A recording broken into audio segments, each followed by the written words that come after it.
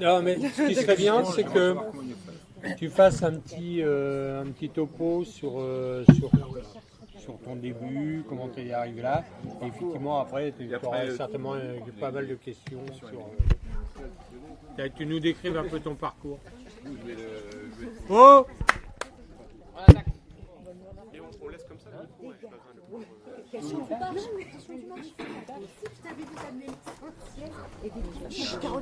S'il vous plaît. Donc, Allez, ça c'est passé dans son front très croisé. donc voilà, vous avez eu un aperçu de ce que je fais. Donc je m'appelle Bruce Hérault, je viens de Bretagne. Je suis venu à l'illustration il y a, on va dire, une douzaine d'années, quoi, à peu près. Enfin, en tout cas, au niveau de l'édition, en fait, j'ai publié 3 livres en mon nom et après, petite participation des collectifs. Mon parcours, bon, évidemment, le dessin toujours, à peu près. Autodidacte, voilà. Parce que ça s'est trouvé comme ça. J'aurais à la limite bien aimé faire une école, mais à mon époque c'était pas compliqué. Et puis voilà, puis ça s'est pas trouvé. Donc j'ai appris tout seul. Qu'est-ce que je peux dire d'autre? Quand j'étais petit, j'étais vraiment fan de BD. Je voulais faire de la BD. Donc je dessinais, je faisais des planches et tout. Et puis j'ai eu une sorte de fracture, en fait j'ai eu un désamour pour la BD mais complet, c'est à l'adolescence en fait, je ne sais pas pourquoi.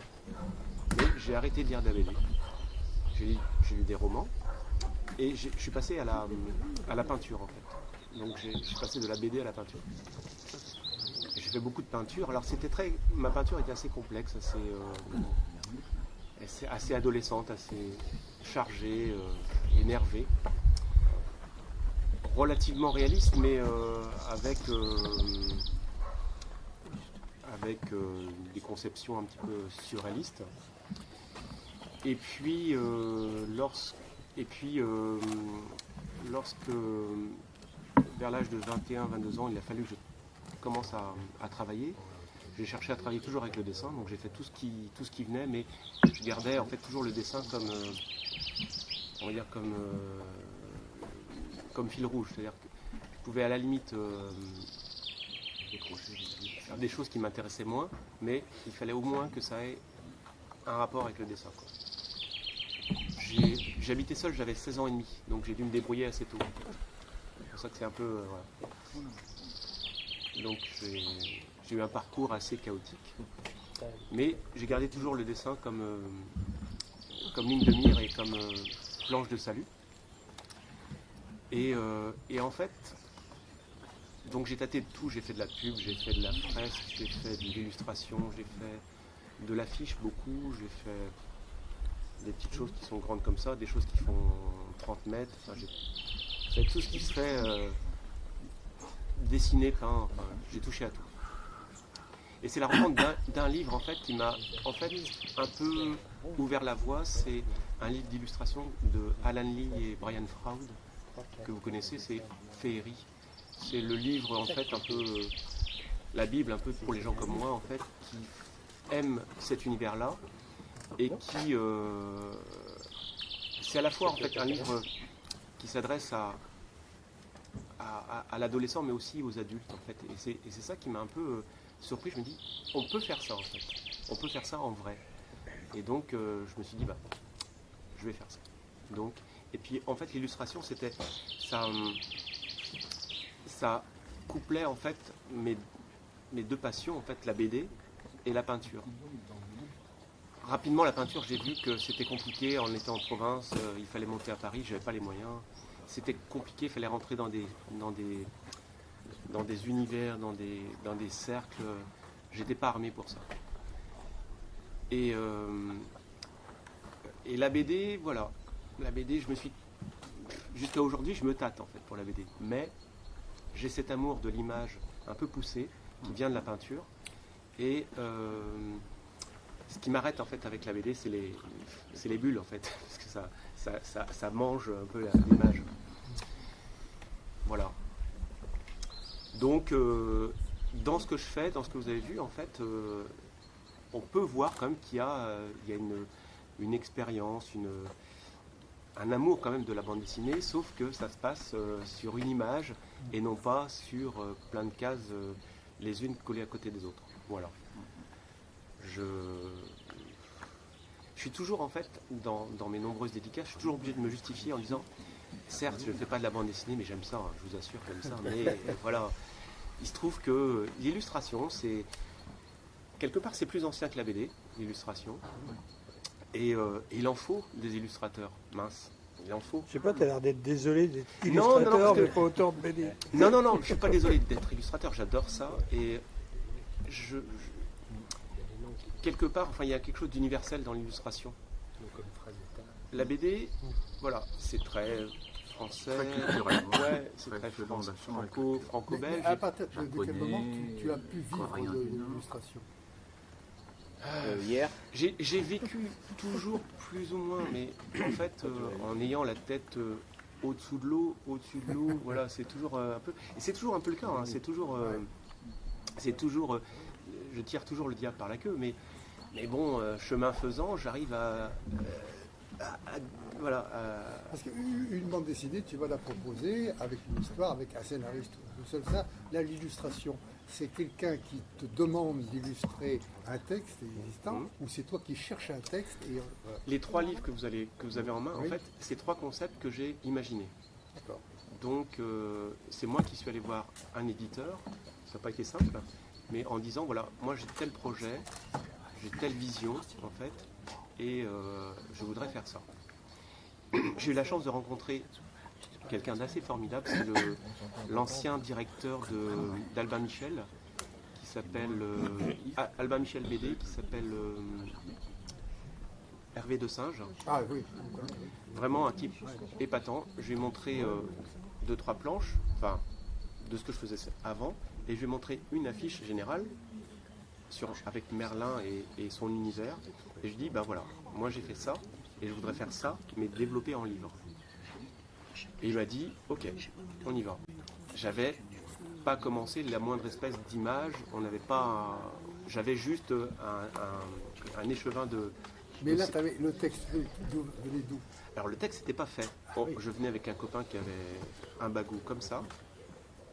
C'est lui qui m'a trouvé l'éditeur. Moi, je venais avec un demi-savoir-faire, vraiment, un demi-savoir-faire. Et j'ai un peu aussi appris sur le tas. C'est-à-dire qu'il fallait que je fasse un livre. J'ai fait des images. J'ai eu...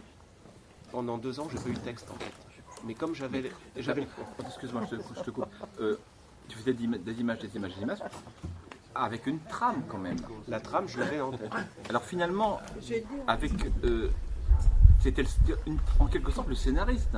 Ouais, tu cherchais un scénariste, mais tu étais déjà ton propre scénariste. En fait, je ne me sentais pas de faire le texte, parce que ça demandait un niveau de connaissance. Tous mes livres, en fait, demandent un niveau de connaissance que je n'ai pas. La botanique, je ne suis pas pharmacien. Le dernier livre,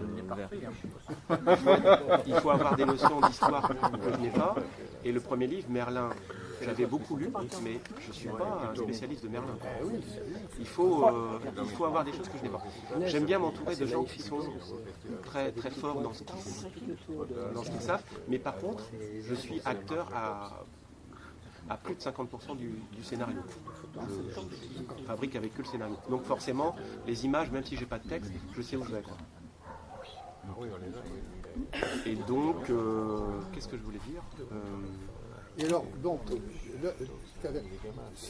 cette personne que tu avais vue, ex-Albin Michel, c'est lui qui est devenu ton éditeur ou il t'a orienté vers un éditeur? Non, il est devenu mon éditeur. Ah, d'accord, c'est ça. Ça s'est très bien passé jusqu'au moment où le livre était fini et Albin Michel vend sa partie BD et je me retrouve, le livre est fait et j'ai plus d'éditeur en fait.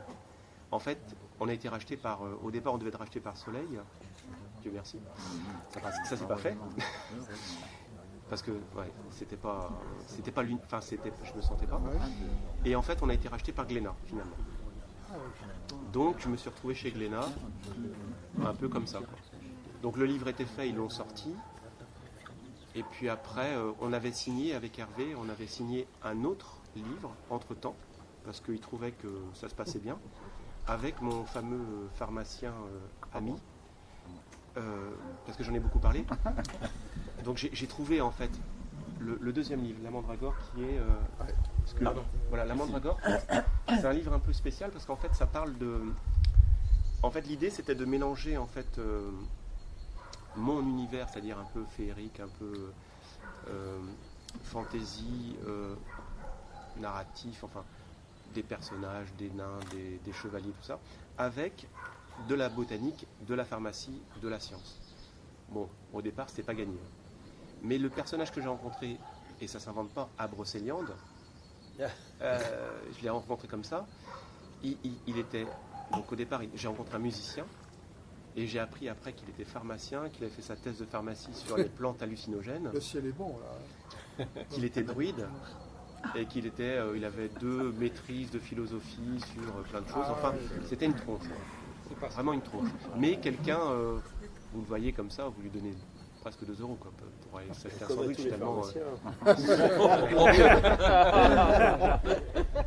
Voilà, un personnage dure réalité de la pharmacie. Bravo. Un personnage atypique qui n'avait jamais écrit. Hein.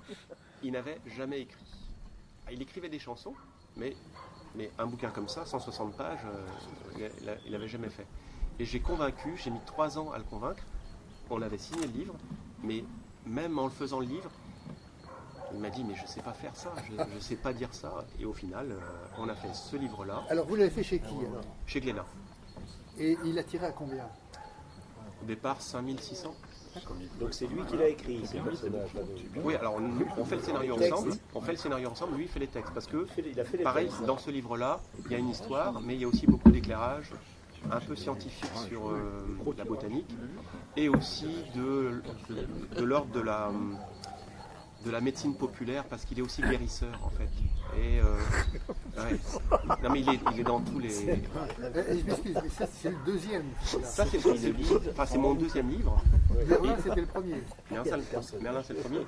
Et ensemble avec Pascal, on a fait un 3e livre qui est Druise. D'accord. Qui est voilà, issu de celui-là, on a fait une résurgence. Voilà. Donc tu disais qu'au départ il avait été tiré à 5000 et donc il a été retiré après. Ouais. On est à la 4e édition là. Ah oui, ouais. D'accord. Mais chaque bien. Merlin 4e édition, celui-là 4e édition, et ça, voilà, ça roule toujours. Quoi. Ça a la chance d'avoir sa place dans le rayon BD, dans le rayon ésotérisme, dans le rayon histoire, parce que c'est borderline un peu avec l'histoire, dans le rayon botanique, et c'est bon, à la limite, il faut pas, parce que celui qui fait que de la BD, si les acheteurs lisent pas de BD, ben, ils feuilletteront même pas ton bouquin. Alors tu as peut-être moins de concurrence là, d'ailleurs qu'en BD. Parce qu'en BD, le problème, c'est qu'à l'heure actuelle... Voilà. En fait, c'est aussi une question que je me pose. Enfin, comme dessinateur, il y a 2000 et quelques auteurs en France. 2000 et quelques. Dans cet univers-là, on est, une cinquantaine, quoi. Et voilà. Une cinquantaine, et sur la cinquantaine, on va dire, il y en a 15, et encore je suis gentil, qui marchent bien, quoi, qui sont... T'es dans les 15 ? Ouais, quand même. Ouais, quand même. Mais depuis peu, enfin, mais voilà. Mais, et donc le prochain projet, vous le connaissez peut-être, j'ai la chance de travailler avec Pierre Dubois. Ah, bah, c'est bon. Pierre c'est la référence. Qui est un copain. Et je veux dire, c'était naturel que Pierre et moi en fassent quelque chose ensemble, quoi. J'avais tellement envie de rentrer dans son univers, et lui, il avait tellement envie que je vienne avec lui. Donc voilà, on fait le prochain projet ensemble. Et pour ceux qui ne connaissent pas Pierre Dubois, alors Pierre Dubois, c'est un... Il se définit comme elficologue. C'est un elficologue. Il a inventé ce terme-là. Mais en fait, c'est sans doute la personne qui est le plus au courant, le plus savant dans la matière du conte, de la légende française, européenne, sur l'univers, on va dire, le petit peuple, c'est un peu le pape. C'est le pape. Voilà. Bon, tu connais super bien l'univers des elfes et des corrigans, alors. Mais non, moi je suis un béotien en tout. Mais vraiment. J'ai un film à faire certainement pour un parc d'attractions en Bretagne au mois de, à la rentrée, qui est sur le thème des elfes et des corrigans. Oui. En fait, moi je suis spécialiste en rien. Mais comme vous avez vu, en fait, non, c'est pas ça, mais j'aime bien en fait élargir le plus possible mon univers, et donc il y a des choses qui sont, je navigue sur plein de eaux différentes en fait. Et plus ça va, plus ça s'élargit, plus. C'est pas pour perdre, c'est simplement parce que l'univers est grand, et c'est dommage d'être dans un petit coin et se cantonner, même si on est très bon dans un petit coin, parce que ailleurs c'est beau aussi, quoi. Donc j'aime bien naviguer sur des univers qui sont larges. Donc tantôt c'est très peinture, vous irez voir dans la salle, il y en a d'autres, et il y en a d'autres où il y a des références claires. Par exemple, il y a la fameuse Mélusine, qui est une référence claire au pré-raphaélite anglais, à cette peinture-là, qui est une référence pour moi, évidemment. Les pré-raphaélites, Elle est très charentaise, hein, Mélusine. Oui, en plus. J'ai fait de la Vienne. Hein. Plus Poitevine, plus Poitevine que Charentaise. Elle devait en pencher. Le Poitou, c'est qu'une annexe de la Charente. Et donc, La banlieue. On peut le voir comme ça. Alors, vous irez voir dans la salle, il y a plein d'autres choses. J'en ai amené beaucoup, mais je vous dis tant qu'à faire. Combien de temps tu mets pour faire ton bouquin, entre le moment où tu décides de le faire et le moment où tu finis? En général, c'est 3 ans et demi, 4 ans. Ouais, attends, la dernière fois que je suis venu chez Pascal, je t'ai vu. T'as une illustration où tu as travaillé pendant 8 mois dessus, ou je sais plus quoi. Ouais, mais elle est plus là. Celle-là, alors il y en a une là, c'est 4 mois, il y en a une autre, c'est pas le gardien, le gardien du trésor. 4 mois. Ouais, 4 mois. Mais ils sont là en fait. Alors on me posait une question tout à l'heure, mais... Oui, mais 1 minute par jour. Hein. Mais 4 mois ferme. Combien d'illustrations en gros dans l'album? Il y en a, je sais pas, dans la Mandragore, il y en a pas mal. Hein. En moyenne, quoi, oui. Ça. Alors juste une parenthèse, on me posait la question tout à l'heure aussi, tout est fait à la peinture. Hein. Oui. J'insiste bien. Il n'y a pas d'ordi, il n'y a pas de... Aquarelle? Non. Pas d'ordi. Ah mais ça se sent, non, ça se sent. Tout ce que vous avez là, c'est du traditionnel. Alors acrylique, et il y a un petit peu d'aquarelle sur certaines. C'est-à-dire que quand c'est de l'aquarelle, je fais plus d'aquarelle. Mais pas de gouache. Quel intérêt, parce qu'il y a des aérographes, tout ça, non? Non, pas de gouache, mais ça pourrait en fait. Ça pourrait.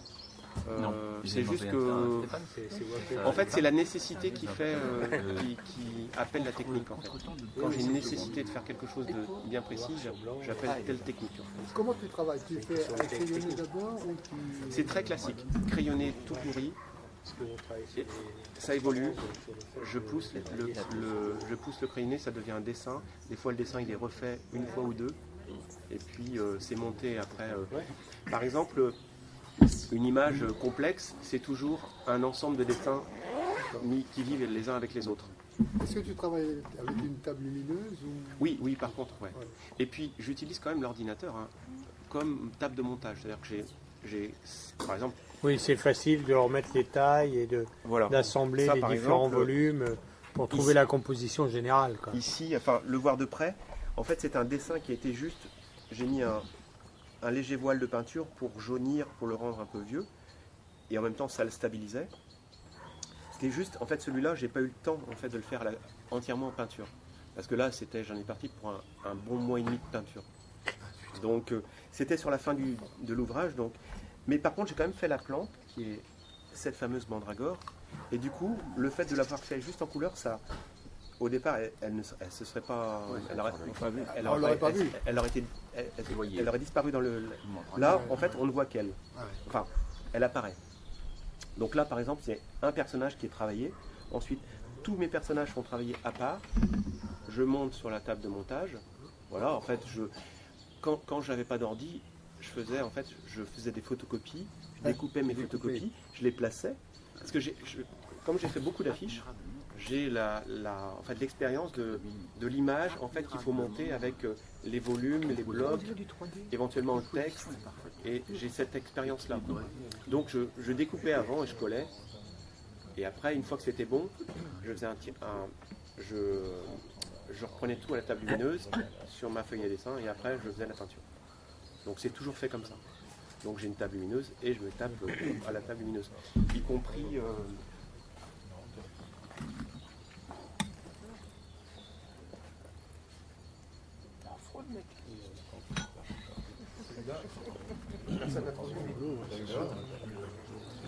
Celui-là, le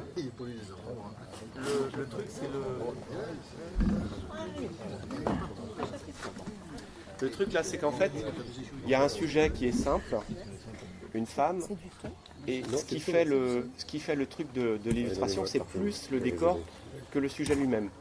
Mais le sujet lui-même est simple parce que le sujet dans le roman est simple, elle est sans fioriture, elle doit pas. C'est une petite reine, mais une petite reine qui doit être discrète, donc elle est discrète. En plus, elle est enceinte là. Enfin, elle est au début de sa grossesse, donc elle est marquée par quelque chose d'un petit peu grave, parce qu'elle sait que sa grossesse, c'est pas quelque chose de simple pour elle. Mais ce qui fait l'illustration, c'est surtout le décor. Le décor, c'est la table lumineuse, donc c'est long à faire. Voilà. Tu t'inspires Je m'inspire. Je m'inspire et après je retravaille. Parce que à force. Retiens-le le tableau, ça te va bien. Comme tout à l'heure, tu le tenais avec les deux mains. À force comme ça. Moi oui. D'accord. Et là, c'est On ne parle pas. Trop drôle. comme ça. Tu connais Pascal, il est breton. Tu connais Jérôme le Reculé? Jérôme le Reculé, oui, je le connais. Souvent j'ai une dizaine de planches devant moi en fait, une dizaine, et puis je passe de l'une à l'autre selon. Comme ça j'évite de m'ennuyer quoi. Puis il y en a certaines qui traînent. Par exemple celle-ci en fait, entre le début et la fin, il s'est passé 2 ans et demi en fait. C'est-à-dire que je l'ai commencé, je l'ai poussé jusqu'au moment où je me dis, je la tiens, et puis j'ai laissé passer 2 ans et demi, et je l'ai fini juste à la fin du livre. Parce que je sais pas pourquoi, parce que j'en avais même 15 à côté quoi. Donc de toute façon, il fallait que ça avance. Est-ce qu'il t'arrive de faire des dessins comme ça pour le plaisir, qui ne correspondent pas à un projet que tu mets de côté, que tu reprends? Est-ce que tu as une réserve, si j'ose dire? J'ai pas beaucoup de réserve parce que j'ai pas beaucoup de temps, mais par contre, ma façon de dessiner est en fait assez, entre guillemets, artistique. C'est-à-dire que quand je dessine, ça ressemble pas toujours à quelque chose. Et ça sort. En fait, j'ai une sorte d'écriture automatique, en fait, issue sans doute des surréalistes, où je dessine, je me laisse mais totalement faire. Enfin, je dessine sans a priori. Même mal, je m'en fiche. Je crée. Est-ce que ça vient.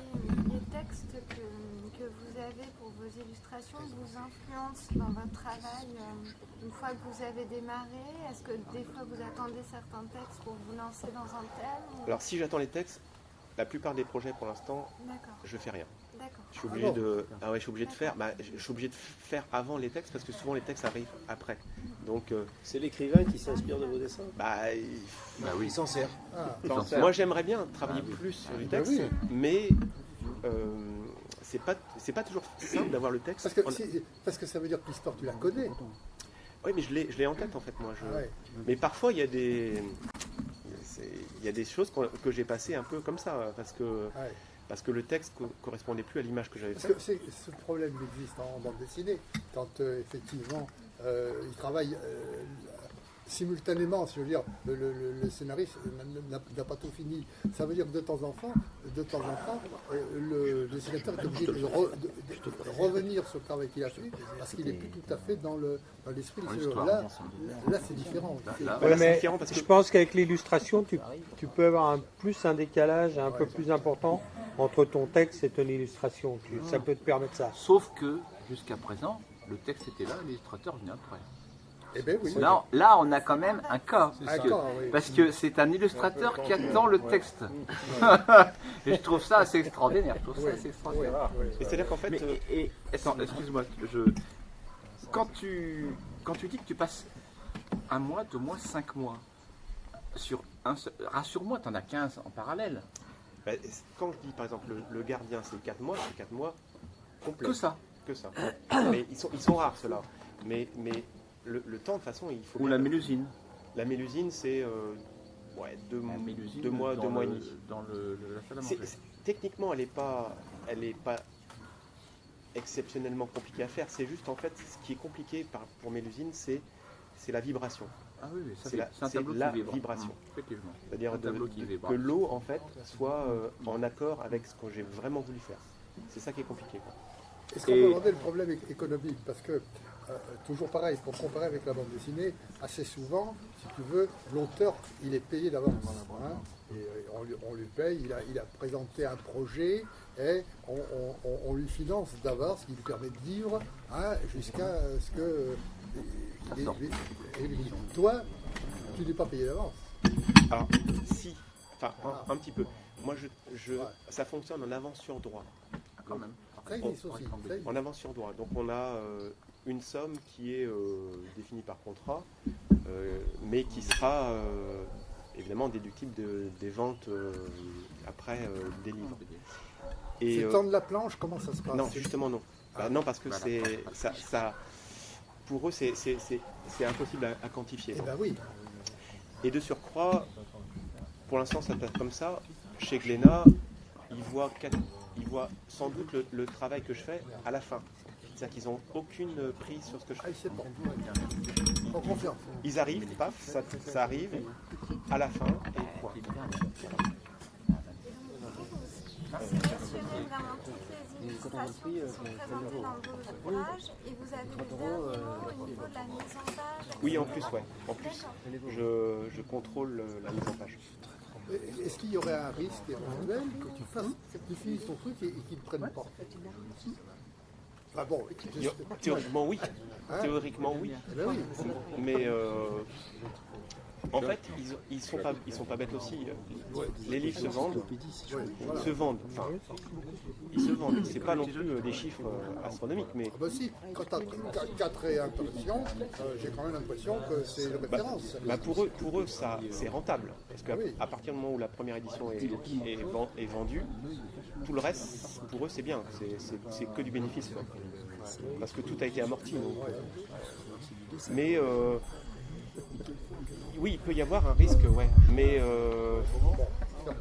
ce serait idiot parce que, en gros, ils m'ont pas payé beaucoup en avance. Et il y a d'autres éditeurs qui seraient absolument partants pour aller prendre le projet. Les ventes à l'étranger, ça prévu? Les ventes à l'étranger, oui. Ça marche? Pour l'instant, il n'y a pas de traduction, donc c'est Belgique, Suisse et un peu de Canada, mais. Parce qu'il n'y a pas de raison, ça devrait pouvoir se vendre en Allemagne, par exemple. Je pense à des pays européens qui sont des gens un peu comparables. Avec des nuances scandinaves. Ça devrait marcher. Après, moi j'aimerais bien, mais voilà. Je trace mon chemin. Est-ce qu'il faut contacter des éditeurs de ces pays-là? Mais moi je peux pas faire ça. Moi, voilà. J'ai pas le temps de faire ça. Je m'investis déjà beaucoup dans l'image. Je m'investis dans la qualité du livre, dans les textes, parce que je fais très attention aux textes qui sont faits pour que ça corresponde au projet que j'ai dans la tête. Je m'investis dans la vente du livre, beaucoup. Non, tu sais, je prends une pensée. Bon, ce que j'ai vu là, je trouve ça absolument merveilleux. C'est quand même dommage de se limiter au franco-belge, alors qu'il n'y a pas de... Alors que, si tu veux, alors peut-être, est-ce que ça vaudrait pas le coup, je dis ça comme ça, moi j'y connais rien, d'avoir un agent qui se chargerait de ce boulot, d'aller vendre ça dans les pays étrangers. Ça aux États-Unis, ça fait un carton. Ah ben voilà. Ça aux États-Unis, ça fait un carton. C'est sûr. Mais c'est un métier. Hyper friand. Il faut voir ce que tu vas pas t'amuser à les Harry Potter et autres. Est-ce que tu as des concurrents de ton niveau à l'échelle mondiale? Ah oui, oui, ah oui. Oui, Ah bon. oui, non mais il y a quand même... Si, si. Enfin, des gens qui sont Des ex-amis. à un tel niveau et sur un tel sujet. Un peu semblable à ça. J'en connais moi une dizaine. Une dizaine.